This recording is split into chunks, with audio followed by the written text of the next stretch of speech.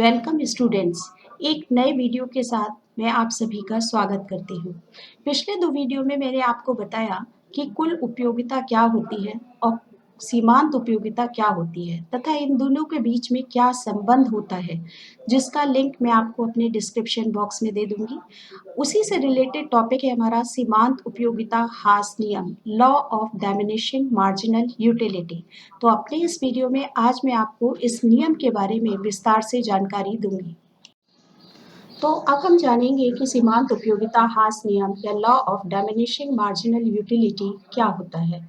इसे उपभोग का सार्वभौमिक नियम भी कहते हैं, क्योंकि जैसा कि हम सभी जानते हैं कि मानवीय आवश्यकताएं असीमित होती हैं और मनुष्य अपनी इन्हीं आवश्यकताओं को पूरा करने के लिए वस्तुओं का उपभोग करता है। प्रत्येक उपभोग की क्रिया में ये नियम लागू होता है। इसका प्रतिपादन जर्मन अर्थशास्त्री एच गॉसेन के द्वारा 1854 में किया गया था। इसलिए इसे हम गॉसेन का प्रथम नियम भी कहते हैं, जिसकी वैज्ञानिक व्याख्या या विस्तृत व्याख्या, आधुनिक व्याख्या प्रोफेसर मार्शल ने प्रस्तुत की थी। इस नियम के संबंध में अनेक अर्थशास्त्रियों ने अपने विचार प्रस्तुत किए हैं। प्रोफेसर मार्शल ने बताया है कि अन्य बातें समान रहने पर किसी व्यक्ति के पास किसी वस्तु की मात्रा में वृद्धि होने पर जो अतिरिक्त लाभ प्राप्त होता है, वो वस्तु की मात्रा में प्रत्येक वृद्धि के साथ साथ घटता जाता है। प्रोफेसर बोल्डिंग ने भी इस बारे में बताया है कि जब कोई उपभोक्ता अन्य वस्तुओं के उपभोग को स्थिर रखते हुए किसी एक वस्तु के उपभोग को बढ़ाता है, तो उस बढ़ाई गई वस्तु की सीमांत उपयोगिता अंत में अवश्य घटती है। सीमांत उपयोगिता हास नियम के अनेक उदाहरण हो सकते हैं, जिनमें से दो मैंने आपके सामने प्रस्तुत किए हैं कि यदि कोई व्यक्ति अगर भूखा है और अगर वो पहली रोटी खाता है, तो उसकी उपयोगिता उसके लिए सबसे अधिक होगी, क्योंकि वो उस समय भूखा है। दूसरी रोटी खाएगा तो उसकी उपयोगिता पहली से कम होगी। इस प्रकार जैसे जैसे वो रोटियों का प्रयोग करता जाएगा, उसकी उपयोगिता उसके लिए कम होती जाएगी। पांचवी रोटी की उपयोगिता हो सकता है शून्य हो जाए और छठी रोटी की उपयोगिता ऋणात्मक हो जाए। पेट भरा होने पर भी अगर वो खाएगा तो उसकी उपयोगिता उसके लिए ऋणात्मक हो जाएगी। इसी तरह से दूसरा एग्जाम्पल है, यदि आप कोई नया गाना सुनते हो तो पहली बार सुनने पर वो आपको ज्यादा अच्छा लगेगा, लेकिन यदि उसी गाने को आप लगातार सुनते हो तो वो कम अच्छा लगेगा, क्योंकि उसकी उपयोगिता आपके लिए कम होने लगेगी। प्रोफेसर बोल्डिक ने बताया है कि यह सिद्धांत लागू क्यों होता है। इसके उन्होंने दो कारण बताए हैं। पहला बताया है कि वस्तुएं एक दूसरे की अपूर्ण स्थानापन्न होती है। इसको हम एक उदाहरण के माध्यम से समझते हैं कि माना कि इंसान के पास एक डबल रोटी है और वो उस पर मक्खन लगाता है। डबल रोटी की मात्रा को अगर हम स्थिर रखते हैं और उस डबल रोटी पर हम मक्खन लगाते चले जाते हैं, तो क्या होगा, अंत में जो है हमें दूसरी डबल रोटी की जरूरत पड़ेगी। तो ये पूरी तरह से स्थानापन्न वस्तुएं एक दूसरे की नहीं होती हैं। दूसरा इन्होंने कारण बताया, किसी आवश्यकता विशेष की ही संतुष्टि संभव होती है। जैसा कि मैंने आपको पहले बताया कि मनुष्य की आवश्यकताएं असीमित होती हैं, तो वो एक साथ में सारी आवश्यकताओं की पूर्ति नहीं कर सकता। एक समय में वो केवल एक या दो अपनी आवश्यकताओं की ही पूर्ति कर सकता है। तो उन्होंने यही दो कारण बताए थे कि जिसके कारण ये सिद्धांत व्यवहार में लागू होता है। अब हम सीमांत उपयोगिता हास नियम को एक तालिका के द्वारा समझने का प्रयास करते हैं। माना कि एक उपभोक्ता है, वो एक्स वस्तु की 7 इकाइयों का उपभोग करता है, जिससे उसे जो कुल उपयोगिता और सीमांत उपयोगिता प्राप्त होती है, उसका विवरण इस तालिका में दिया गया है। माना वो वस्तु की एक्स की पहली इकाई का उपभोग करता है, तो उसे कुल उपयोगिता 40 और सीमांत उपयोगिता भी 40 के बराबर प्राप्त होती है। दूसरी इकाई का उपभोग करने पर सीमांत उपयोगिता घटकर 30 रह जाती है और कुल उपयोगिता बढ़कर 70 हो जाती है। तीसरी इकाई का उपभोग करने पर सीमांत उपयोगिता 20 और कुल उपयोगिता 90 हो जाती है। चौथी इकाई का उपभोग करने पर सीमांत उपयोगिता 10 रह जाती है और कुल उपयोगिता 100 हो जाती है। पांचवी इकाई का उपभोग जब वो उपभोक्ता करता है एक्स वस्तु का, तो उसकी सीमांत उपयोगिता 0 रह जाती है और कुल उपयोगिता अधिकतम हो जाती है। इसके बाद भी अगर वो एक्स वस्तु की छठी और सातवीं मात्रा का उपभोग करता है, तो सीमांत उपयोगिता ऋणात्मक हो जाती है और कुल उपयोगिता भी घटना शुरू हो जाती है। पिछली स्लाइड में जो हमने तालिका देखी थी उसी को अब हम डायग्राम के माध्यम से समझते हैं, जिसमें कि हमने एमयू कर्व सीमांत उपयोगिता वक्र को दिखाया है। ओ वाई अक्ष पर एमयू सीमांत उपयोगिता को दिखाया गया है और ओ एक्स एक्सिस पर क्वांटिटी ऑफ एक्स गुड, वो उपभोक्ता एक्स वस्तु की 7 इकाइयों का उपभोग करता है और जिनसे उसे जो सीमांत उपयोगिता प्राप्त होती है, जिसको हमने ओ वाई एक्सिस पर दिखाया गया है। इसमें हम देखते हैं पांचवी बिंदु पर, पांचवी इकाई पर सीमांत उपयोगिता शून्य हो जाती है और उसके बाद वो घटना प्रारंभ हो जाती है। इस डायग्राम में हमने सीमांत उपयोगिता और कुल उपयोगिता को एक साथ दिखाने का प्रयास किया है।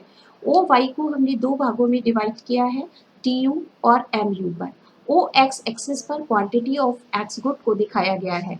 तो जैसे हम देखते हैं कि जहां पर सीमांत उपयोगिता शून्य होती है वहां पर कुल उपयोगिता अधिकतम होती है। इसलिए कहा गया सैचुरेशन पॉइंट क्या होता है, M U is equal to 0 होता है जहां पर, और टी यू जहां पर अधिकतम होता है वो उपभोक्ता की पूर्ण संतुष्टि का बिंदु कहलाता है। अब हम जानते हैं कि इस नियम की एजम्पशंस यानी मान्यताएं क्या है। इसकी पहली मान्यता है कि वस्तु की इकाइयों का एक आकार जो है वो उपयुक्त होना चाहिए। जैसे अगर हमने पहली रोटी पर मक्खन लगाकर उसका प्रयोग किया है तो दूसरी रोटी का भी उपयोग मक्खन लगाकर ही होना चाहिए। दूसरी इसकी मान्यता है वस्तु की इकाइयों का गुण और मात्रा में समान होना। जैसे कि हमने एक गिलास पानी पिया है तो हम एक ही गिलास बार बार पिए, अगर हम दूसरी बार में एक चम्मच से पी लेते हैं तो ये नियम लागू नहीं होगा। तीसरा है वस्तु की इकाइयों का उपभोग लगातार होना चाहिए। ऐसा नहीं है कि हमने एक रोटी अभी खा ली, एक हमने दोपहर में खा ली, तो इस नियम की ये नियम हमारा फिर लागू नहीं हो पाएगा। नेक्स्ट है वस्तु की कीमतों में परिवर्तन नहीं होना चाहिए। जब तक ये नियम कार्यशील रहता है, क्रिया में रहता है, तब तक वस्तुओं की कीमतों में कोई भी परिवर्तन नहीं होना चाहिए। नेक्स्ट, उपभोक्ता की मानसिक स्थिति में कोई भी परिवर्तन नहीं होना चाहिए।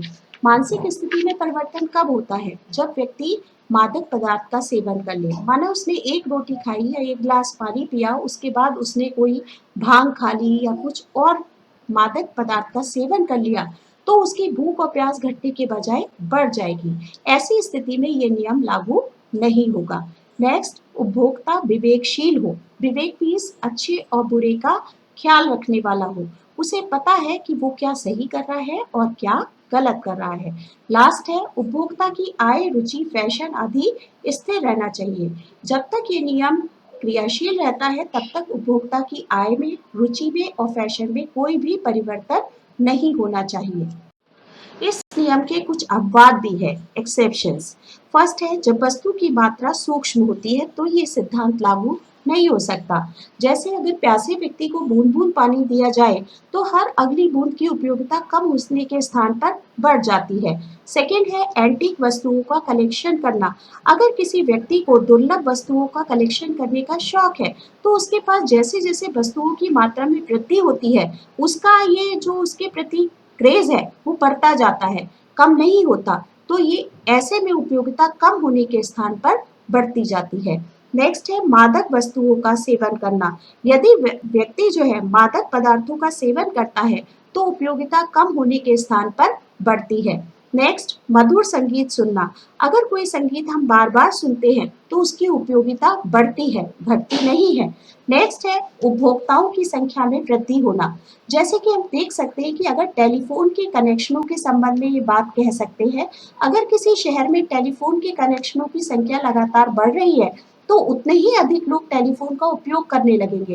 एक व्यक्ति के द्वारा एक से अधिक टेलीफोन कनेक्शन लिए जाएंगे, अतः लोगों में टेलीफोन के प्रति अधिक रुचि उत्पन्न होगी और वो टेलीफोन से अधिक वार्ता करने चाहेंगे। परंतु ऐसा ये बात जो है एक नाम मात्र का अपवाद भी है कि यदि एक व्यक्ति के पास एक से अधिक टेलीफोन है तो उस व्यक्ति के लिए नए टेलीफोन की उपयोगिता पहले की अपेक्षा कम होगी। नेक्स्ट है प्रदर्शन प्रभाव। बहुत से व्यक्ति प्रदर्शन करते हैं, शो ऑफ जिसे हम इंग्लिश में कह सकते हैं। तो प्रदर्शन प्रभाव के कारण भी वो वस्तुओं का अधिक से अधिक सेवन करते हैं और वस्तुओं की उपयोगिता घटने के बजाय बढ़ती जाती है। महत्व, इम्पोर्टेंस, सिद्धांत का क्या महत्व है, क्या उपयोगिता है। फर्स्ट है कीमत निर्धारण में महत्व। इसको हम एक एग्जाम्पल के द्वारा जान सकते हैं। जल और हीरा। जल पर्याप्त मात्रा में उपलब्ध होता है अतः उसकी सीमांत उपयोगिता कम होती है, जिससे उसकी कीमत भी कम होती है। जबकि हीरा दुर्लभ होता है, उसकी उपयोगिता अधिक होने से उसकी कीमत भी ऊंची होती है। नेक्स्ट है मांग के नियम का आधार। ये नियम मांग के नियम की व्याख्या करता है, अर्थात इस बात को बताता है कि मांग रेखा दाएं को गिरती हुई क्यों होती है। यदि उपभोक्ता किसी वस्तु की अधिक इकाइयों का प्रयोग करता है तो उसके लिए वस्तुओं की इकाई उपयोगिता जो होती है कम होती जाती है, इसलिए वो वस्तु की अधिक मात्रा प्रयोग करने के लिए कम कीमत देना चाहेगा। दूसरे शब्दों में अगर हम कहें तो वस्तु की कम कीमत पर उसकी अधिक मात्रा का प्रयोग करेगा। यही बात मांग का नियम हमें बताता है। नेक्स्ट है राजकोषीय नीति में महत्व। आधुनिक कर प्रणाली तथा आय के पुनर्वितरण का आधार है। अधिक धन होने के कारण अमीर व्यक्ति के लिए मुद्रा की सीमांत उपयोगिता गरीबों की अपेक्षा कम होती है। इसलिए सरकार जो है वो अमीरों पर अधिक कर लगाती है और गरीबों पर कम कर लगाती है। नेक्स्ट है सम सीमांत उपयोगिता नियम का आधार। प्रत्येक व्यक्ति अपने सीमित साधनों से अधिकतम संतुष्टि प्राप्त करना चाहता है। इसी के लिए वह उपभोक्ता पहले उस वस्तु पर अपनी सीमित आय को व्यय करता है जो कि उसके लिए सबसे महत्वपूर्ण है। परंतु जब वह इसी वस्तु पर धन व्यय करता जाता है तो उपयोगिता ह्रास नियम के कारण उसकी उपयोगिता गिरती जाती है और उपभोक्ता को यह अनुभव होने लगता है कि अब उसकी आवश्यकता अधिक महत्वपूर्ण नहीं रह गई है, बल्कि वो दूसरी जो अधिक महत्वपूर्ण आवश्यकता को अनुभव होते ही वो मुद्रा को पहले कम लाभदायक प्रयोग से दूसरे लाभदायक प्रयोग में हस्तांतरित कर देता है। नेक्स्ट है उपभोक्ता की बचत में महत्व। उपभोक्ता किसी वस्तु का प्रयोग करने के लिए जब पहली इकाई खरीदता है तो उसके लिए दी जाने वाली कीमत की अपेक्षा उसे अधिक उपयोगिता प्राप्त होती है। परंतु जैसे जैसे वो वस्तु की अधिक इकाइयों को खरीदता जाता है तो बाद वाली इकाइयों की उपयोगिता घटती जाती है और एक स्थिति ऐसी आती है जहां पर वस्तु की सीमांत इकाई की उपयोगिता ठीक उसकी कीमत के बराबर हो जाती है। नेक्स्ट है विनिमय मूल्य और प्रयोग मूल्य के अंतर को स्पष्ट करने में महत्व। जैसे किसी वस्तु की पूर्ति हवा है, पानी है, सूर्य की रोशनी है, जितनी अधिक होती है उतनी ही उसकी सीमांत उपयोगिता कम होगी, इसलिए उसका विनिमय मूल्य जो है उसकी कीमत जो है वो कम होती है। नेक्स्ट है कर प्रणाली का आधार। ये सिद्धांत कर प्रणाली का भी आधार है। ये नियम बताता है कि वस्तु की मात्रा में वृद्धि के साथ साथ उसकी उपयोगिता में कमी होती है। मुद्रा की उपयोगिता एक धनी व्यक्ति की अपेक्षा निर्धन के लिए अधिक होती है। सरकार इसी आधार पर धनी व्यक्ति पर प्रगतिशील कर लगाती है। धन के न्यायोचित वितरण के लिए इस नियम की सहायता हम ले सकते हैं। इस नियम की आलोचना भी की गई है, जिसमें पहली आलोचना है उपयोगिता की माप कठिन। व्यक्ति को किसी वस्तु के उपभोग से कितनी उपयोगिता प्राप्त हुई है इसकी माप करना बहुत कठिन है, इसे सिर्फ अनुभव किया जा सकता है। नेक्स्ट है मुद्रा की सीमांत उपयोगिता स्थिर नहीं होती है, वो परिवर्तित होती है। नेक्स्ट कीमतों में परिवर्तन। ये जरूरी नहीं कि जब तक ये नियम क्रियाशील रहेगा तब तक वस्तुओं की कीमतों में कोई भी परिवर्तन नहीं होगा। नेक्स्ट है अन्य बातें स्थिर नहीं। ये भी आवश्यक नहीं है कि नियम के क्रियाशील होने की अवधि में उपभोक्ता की आय, फैशन और रुचि में कोई भी परिवर्तन ना हो। लास्ट है लंबी उपभोग अवधि, यानी इसमें हम देखते हैं कि अगर व्यक्ति जो है लगातार 5, 6, 8 इकाइयों का उपभोग करता है तो ये उपभोग की अवधि बहुत लंबी होती है, जिसे हर व्यक्ति इसको नहीं कर पाता है। फिर भी इस नियम का अपना अलग ही महत्व है। Thank you for watching my video. Like, share and subscribe for more videos on other topics. Thank you.